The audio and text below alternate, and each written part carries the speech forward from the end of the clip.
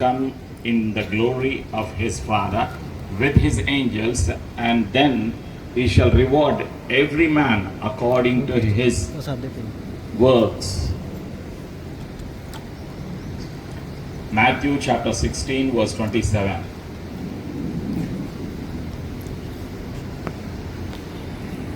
Okay, I'll tell you, जब प्रभु यीशु दोबारा आएंगे, मैं परमेश्वर की महिमा के साथ आएंगे और स्वर्गदूतों के साथ आएंगे। वो आने के बाद क्या करने वाला है? हर एक विश्वासी को, हर एक दास को मुकुट देने के लिए वो वापस आने वाला है। आपको मुकुट मिलेगा, रिवॉर्ड मिलेगा। वही प्रभु यीशु कहते हैं, Lord Jesus says, I will give you reward when I come back. Praise be to Jesus. परमेश्वर ने कहा है कि सभी को उनके कामों के अनुसार प्रतिफल दिया जाएगा जब वो आएंगे। प्रतिफल मीन्स मुकुट। You will get the reward. Praise Jesus. Hallelujah.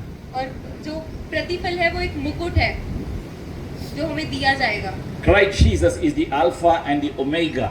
परमेश्वर ही Is the Alpha and the Omega. आदि और अंत है। आदि और अंत है। Christ Jesus loves you so much. परमेश्वर आपसे बेहद प्यार करते हैं। Father Jehovah loves each human being on this planet Earth. आप सभी से जो तमाम इस धरती पर हैं बहुत बेहद प्यार करते हैं। John 3:16, for God so loved the world, so he gave his only begotten Son, whosoever believes in him shall not perish but have a lasting life. यूहन्ना 3:16 में लिखा है कि परमेश्वर ने हमसे इतना अद्भुत प्यार किया कि उसने इकलौता बेटा हमारे लिए दे दिया ताकि हम अंतिम जीवन पाएं। God's plan for mankind is not sickness. It's not the plan of God for man should suffer with sickness or with the curses on this planet Earth. परमेश्वर का कभी भी ये फैसला, ये वचन नहीं होता कि यहाँ पर जो मनुष्य हैं, उनके प्रियजन हैं, वो सफर करें, वो बीमारियों के साथ झेले, उनसे लड़े। Death does not come from Father. मृत्यु परमेश्वर की ओर से नहीं है। Sickness does not come from Father. बीमारी परमेश्वर की ओर से नहीं है। And curses does not come from Father. और श्राप परमेश्वर की ओर से नहीं है। When God created human being, जब परमेश्वर ने इंसान को बनाया, God did not give him sickness, death and the curses. जब परमेश्वर ने इंसान को बनाया, तब उन्होंने ना ही मृत्यु, ना कोई बीमारी, ना ही कोई श्राप मनुष्य को दिया था। When Christ Jesus was here on this planet जब Earth, परमेश्वर धरती पर थे, Lord Jesus said to his disciples, परमेश्वर ने अपने चेलों से कहा, I am the resurrection and the life. मैं ही अंतिम और जीवन हूँ। मैं पुनरुत्थान हूँ और मृत्यु हूँ। I am the resurrection and the life. He who believes in me, though he may die, he shall live forever. जो कोई मुझ पर विश्वास कर कर मरता है, वो हमेशा के लिए जीवित रहता है। Hallelujah. हालेलुया। Praise Jesus. परमेश्वर से प्रार्थना करो। Dear children of God, Sister Paramjeet is in the presence of Father Jehovah. जो हमारे सिस्टर परमजीत जी हैं, वो परमेश्वर के प्रेजेंस में है, उनकी मौजूदगी में है। Physically she is absent on this planet Earth. Physically वो यहाँ पर, शारीरिक रूप से वो यहाँ पर है, But in spirit, पर आत्मा के, spirit and soul are in the presence of Father. लेकिन उनकी आत्मा परमेश्वर के पास है। Praise Jesus. The book of Genesis chapter 2 verse 3 give us many explanations, so much information. Genesis chapter 2 and chapter 3, they give us so much information. उत्पत्ति में, You don't have to read, you just उत्पत्ति tell. में उसके पहले chapter में और दूसरे chapter में बहुत सी अद्भुत बातें बताई गई हैं। The Lord God formed man of the dust of the ground and breathed into his nostrils the breath of life, and man became a living being. परमेश्वर ने मिट्टी से आदमी को उत्पन्न किया और उसमें जीवन फूंका। Praise Jesus. Lord says in the book of Genesis chapter 3 verse 19, for dust you are and to dust you shall return. उत्पत्ति 3:19 में लिखा है, तुम मिट्टी हो और मिट्टी में ही जाओगे। Every human being will die one day. हर एक मनुष्य एक दिन मर जाएगा। But this in this world is not the permanent life for us. लेकिन जो हमारे धरती पर जीवन है, ये हमेशा का जीवन नहीं है। We have an eternal life in Christ Jesus. हमारे पास एक कभी ना खत्म होने वाला जीवन परमेश्वर में है। In the book of Romans chapter 6 verse 23 says, for the wages of sin is death, but the gift of God is eternal life in Christ Jesus our Lord Jesus. रोमिया 6 उसके 23 में लिखा है कि मृत्यु पाप की है, लेकिन परमेश्वर में जो है उनके लिए हमेशा का जीवन है। The wages of sin is death. जो पाप की मयूरी है वो मौत है। Praise Jesus. In the book of Ecclesiastes chapter 12 verse 7 says, the dust will return to the earth as it was, and the spirit will return to God who gave it. वचन में लिखा है जो मिट्टी है वो धरती पर ही रह जाएगी, लेकिन वो जो आत्मा है वो परमेश्वर के पास चली जाएगी। Praise Jesus. Lord is good. परमेश्वर अच्छा है। Dear saints and servants of God. हम परमेश्वर के सेवक हैं। First man on this planet Earth, Adam. जो पहला मनुष्य था इस धरती पर, आदम। He lost the glory of God. उसने परमेश्वर के सामर्थ को, अनुग्रह को खो दिया। महिमा दूर हो गया, महिमा से दूर हो गया। महिमा से दूर हो गया। He lost the glory of God. उसने परमेश्वर की महिमा से दूर हो गया। He lost the garment of salvation. Garment of salvation, वस्त्र। सच्चाई के वस्त्र उसने खो दिए। उद्धार के वस्त्र खो दिए। He lost the garment of salvation. उसने उद्धार के वस्त्र खो दिए। Adam lost the presence of God. उसने परमेश्वर की मौजूदगी को खो दिया। It was the eternal death. वो हमेशा की मृत्यु थी। Physical death. शारीरिक मौत। Physical death is for every human being. जो शारीरिक रूप से डेथ है वो सभी के लिए है। Bible talks about second death. परमेश्वर के वचन में दूसरी मौत का जिक्र होता है। Second death is for the sinners of this world. दूसरी जो मृत्यु है वो सभी पापियों के लिए है। Second death is also called hell. दूसरी मौत को नरक भी कहते हैं। Second death is for the sinners. दूसरी मौत पापियों के लिए है। Dear children of God, परमेश्वर के बच्चों, you are in the house of God. आप परमेश्वर के घर में हो। You should not be discouraged by the situation. तुम्हें सिचुएशंस को देख के डरना नहीं चाहिए। You should not fear. तुम्हें डरना नहीं चाहिए because of your situation. अपने हालातों को देखकर। Lord says in the book of Hebrews chapter 13 verse 5 and 6, I will never leave you nor forsake you. I am with you always. परमेश्वर ने कहा है मैं ना तुम्हें कभी छोड़ूंगा ना त्यागूंगा। You should never worry. तुम्हें कभी चिंता नहीं करनी चाहिए। It is not the time to be sorrowful. ये समय नहीं है कि हम दुखित होकर रहें। It is the time to remember the love of God, to remember the goodness of God, to remember what Lord Jesus has done on the cross and what Lord Jesus has done in each one of our lives. ये वो समय है कि हम परमेश्वर की भलाइयों को, चंगाइयों को याद करें। And to thank Him and worship our Father Jehovah in spirit and truth. हमें उनका धन्यवाद करना है और उनकी सारी आदर महिमा देनी है। Praise Jesus. परमेश्वर की Last Adam. Christ Jesus is called last Adam. Jesus is known as the last Adam. परमेश्वर को आखिरी आदम कहा जाता है। प्रभु यीशु को अंतिम आदम कहते हैं। अंतिम आदम कहते हैं। Hallelujah. Hallelujah. Everybody say shalom. Shalom. Shalom बोले। Dear children of God. परमेश्वर के बच्चों। In the book of Thessalonians, first book of Thessalonians, chapter 4 verse 13 to 18, I'm not going to read, but I'm going to give you the narration and the explanation in these 4-5 verses. Word of God says, परमेश्वर ने क्या कहा? when Christ Jesus comes with the glory of Father, with the holy angels, जब परमेश्वर धरती पर आएंगे, the righteous dead will come back to life. जो मृत्यु होगी वो सभी जीवित हो उठेंगे। Everyone who is righteous in dead, and they will come back to life.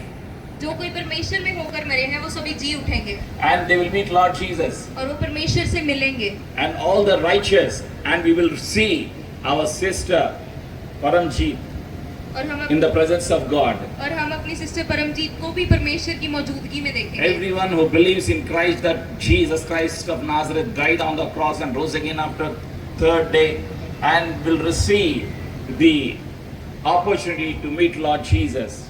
और जो कोई यहाँ पर विश्वास करता है कि परमेश्वर हमारे गुनाहों की खातिर क्रूस पर चढ़ा और फिर मुर्दों में से जी उठा। So word of God says, do not be discouraged. परमेश्वर क्या कहता है कि तुम घबराओ नहीं।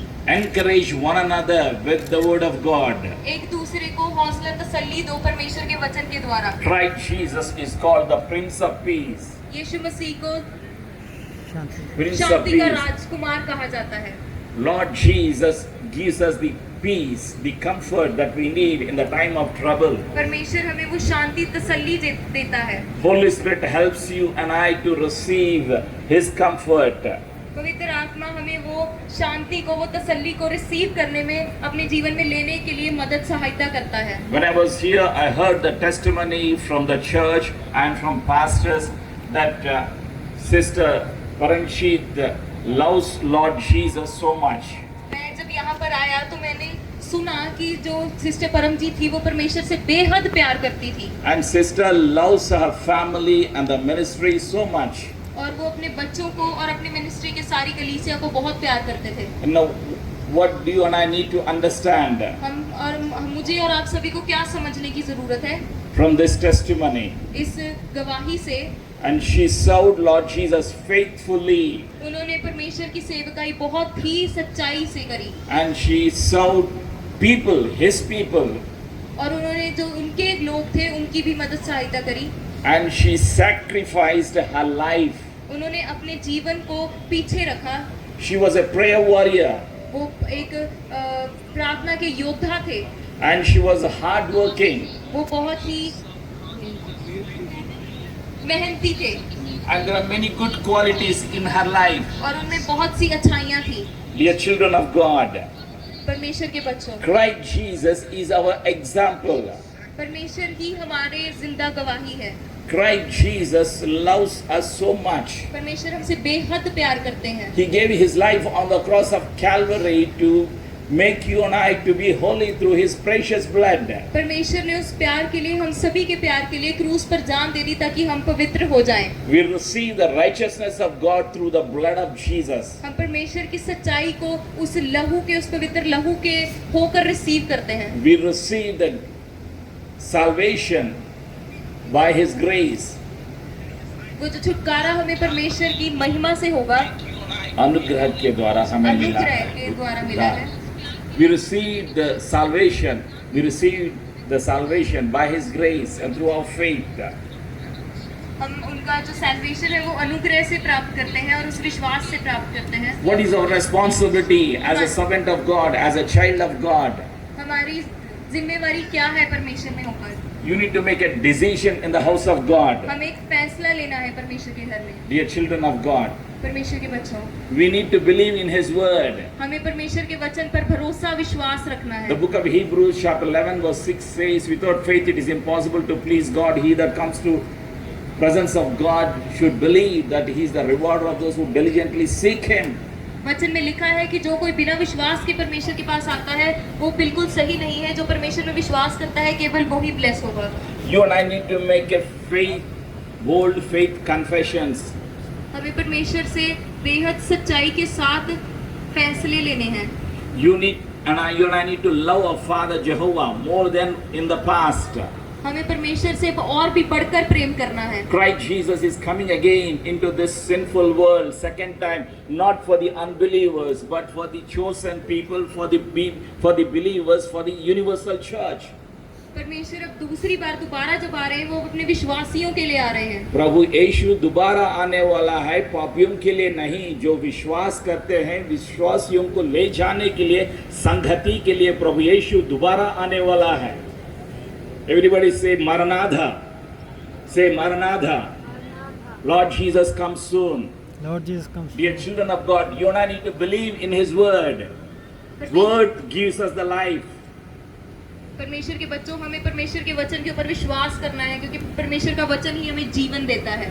Dear children of God, you and I need to have a hope in His soon coming. परमेश्वर के आने के लिए जो उनकी उम्मीद है, हमें उसमें उम्मीद लगा कर रखनी है। You and I need to get ready. हमें परमेश्वर के आने के लिए तैयार होना है। When Christ Jesus was here, he always prays. जब परमेश्वर यहाँ थे तो वो हमेशा प्रार्थना में लगे रहते थे। You and I need to follow the example of Christ Jesus. और वही जब हमें उन्हीं को एग्जाम्पल रखकर वैसा ही हमें यहाँ रहकर करना है। Dear children of God, when Christ Jesus was here on this planet earth in body, he obeyed the will of Father Jehovah. जब परमेश्वर यहाँ थे इस धरती पर तो उन्होंने अपने पिता परमेश्वर की आज्ञाओं को पूरा किया था। So what you and I need to do? और हम सभी को क्या करना है? In response to his word, his message, उनके वचन के द्वारा you and I need to obey his will in all the aspects of our lives. हम उनकी सारी मर्जी को, उनकी आज्ञाओं को मानना है। Sometimes situation does not favorable. कभी-कभी जो हालात होते हैं वो हमारे You, फेवर में नहीं होते you हैं। will find many kinds of things in this world. अब बहुत सी मुसीबतों का सामना करेंगे। What you find in this world, discouragement will be there in this world. यहाँ पर बहुत ही डिस्करेजमेंट आप सभी लोगों को मिलेगी। Not for everybody, for some people it receive the discouraged. Some people are discouraged in this world. कुछ लोग होंगे जो डिस्करेजमेंट को देखेंगे। You do not look at the situation, do not be afraid by looking at your situation. अपनी व्यवस्थाओं को, अपनी चीजों को देखकर मत घबराना, But look at cross Jesus. लेकिन परमेश्वर की ओर देखना। When you look at the cross Jesus, Spirit of the Lord will help you to receive the power, strength and the comfort that we need in the time of trouble. जब आप यीशु मसीह की ओर देखेंगे तब पवित्र आत्मा आपको वो सारा शांति, वो प्रेम लेने में आपकी मदद सहायता करेगा। Christ Jesus lived on this planet earth without sin. यीशु मसीह इस धरती पर बगैर पाप के रहे। Christ Jesus destroyed the power of sin on the cross of Calvary. जिंदा परमेश्वर ने उस पाप को उस क्रूस पर अंत किया. अंत किया। Lord Jesus destroyed the power of sin on the cross. परमेश्वर ने क्रूस के ऊपर उस पाप की सारी शक्तियों को खत्म किया। Christ Jesus destroyed the power and the authority of Satan on the cross of Calvary. और जो शैतान की जो भी चालें हैं उन सभी को परमेश्वर ने उस क्रूस के ऊपर खत्म किया। Christ Jesus is giving us the authority that the first man Adam lost. परमेश्वर हमें वो सारा वो जो आदम को पावर्स थी जो उन्हें मिल रही थी वो सभी परमेश्वर अब हमें देने जा रहे हैं। Christ Jesus gives the authority to the church.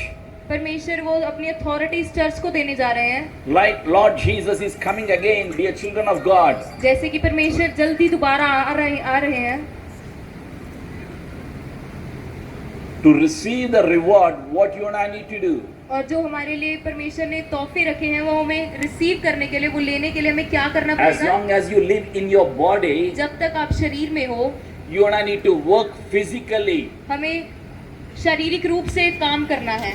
You and I need to work hard to receive the reward. हमें और ज्यादा बढ़कर काम करना है वो पावर को लेने के लिए।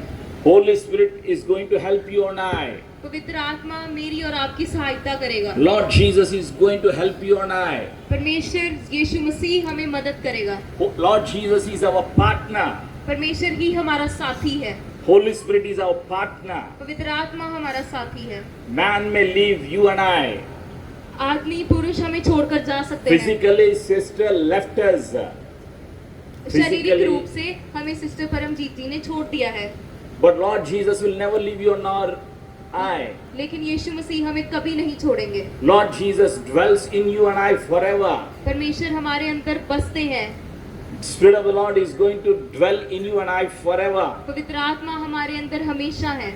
Dear children of God, परमेश्वर के बच्चों, Lord Jesus is coming soon. परमेश्वर बहुत जल्द आ रहे हैं। Time is very short. बहुत कम समय रह गया है। People in this world, they go to railway station to get the train on time. जब जो दुनिया में है, जब रेलवे स्टेशन को वो जाते हैं वो बिल्कुल टाइम पर टिकट लेने जाते हैं। Some people not to get the ticket, to get the train, they'll go to the station on time. Train पकड़ने के लिए वो बिल्कुल समय पर रेलवे स्टेशन तक पहुंचते हैं। Some people go to airport to get the flight on time.